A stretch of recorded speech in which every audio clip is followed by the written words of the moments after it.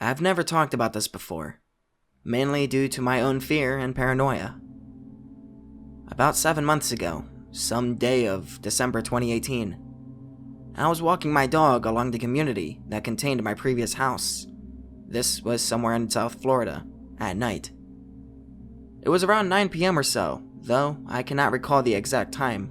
I do remember it being dark enough that from far away, I would only be able to distinguish the houses, trees, paths, and other major objects in my line of sight. Anything within 50 to 60 meters. I might be able to have a clue as to what it is, but anything beyond that was a guess. I also suffer from myopia and mild astigmatism, and was not wearing contacts or glasses. I was coming around back to my house, going through Snapchat stories, when my dog makes a sudden stop, perking his ears up and lifting his left front paw, turning to face my left and staring intensely. I didn't immediately pay attention, as there were ducks and squirrels that frequently loitered in the area. For the record, my dog usually barks at any other human or animal that is not myself, or a member of my household, parents and siblings, and is fairly territorial. What I found strange, however, is that as I kept walking, ignoring my dog's sudden stop, my dog stayed, staring, paw still lifted, and ears still perked up. Usually he follows, or starts walking again after I do this, as it's not rare for my dog to make stops like that. As I pull the leash slightly, now looking at my dog, he puts up some unusual resistance. It's not as if I didn't have the strength to force him to move, but he was extremely persistent in staying there this time around. After some quick logical reasoning, deducing that my dog must be staring at some animal or person, I look in the direction that my dog faces, stopping in place. I was confused, as at first glance, there appeared to be nothing that would catch my dog's attention. No human in their backyard, no animal, nothing. There were no sounds other than the occasional cricket and a slight breeze hitting the leaves of the trees. For reference, my line of sight at the time had 2 rows of 1 to 2 floor houses, parallel to each other and back to back, separated only by grass and a few small trees, with a large pond at the end.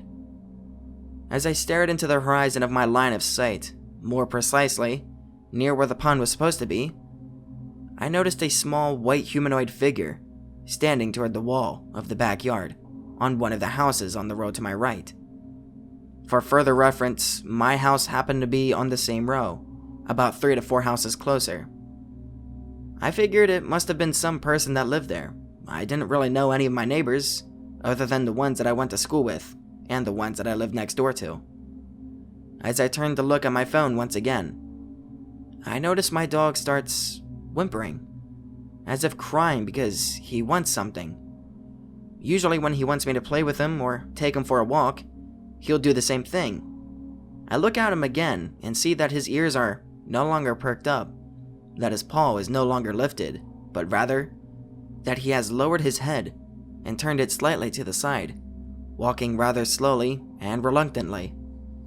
I assumed my dog didn't want to leave, so I come closer to him to see if I can figure out what's wrong. As I crouch and am about to put my hand on him, I get the biggest chill I have ever had run down from the top of my spine to the bottom, almost reaching my ass. The back of my neck shrinking and shivering, shoulders lifted.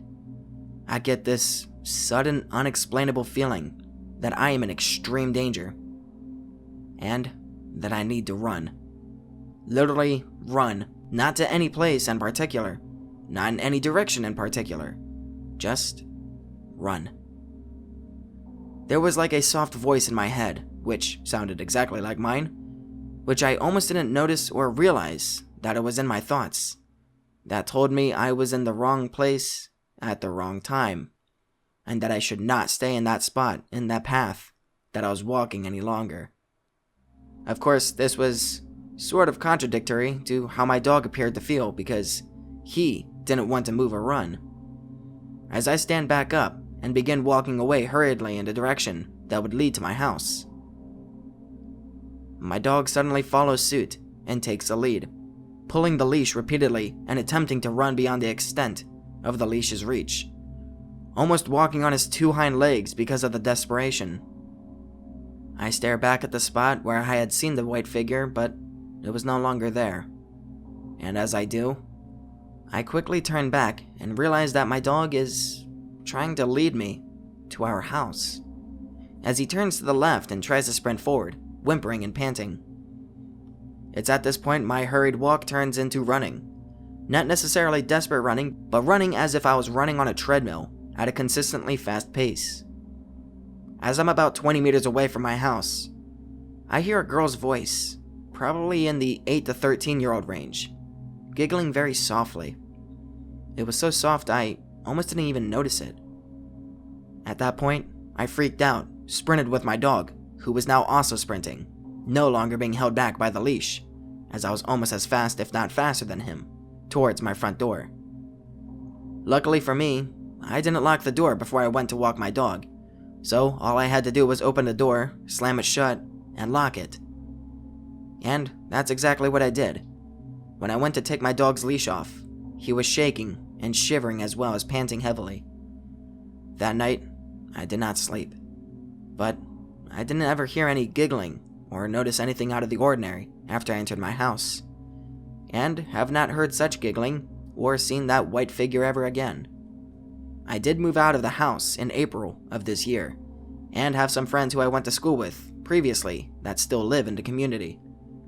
I talked to one of my closer friends that lives there about it, but he says he's never seen this figure or heard such giggling. I don't think I've ever been that scared in the sense that there was something off about the situation, which I did not understand. And that what I assumed to be my inner self, as well as my dog, seemed to believe that I needed to get the fuck out of there. To this day, I still ponder about that situation, and what could have happened to me, and whether anyone would believe me if I talked about it. Or what would happen to me if I did talk about it.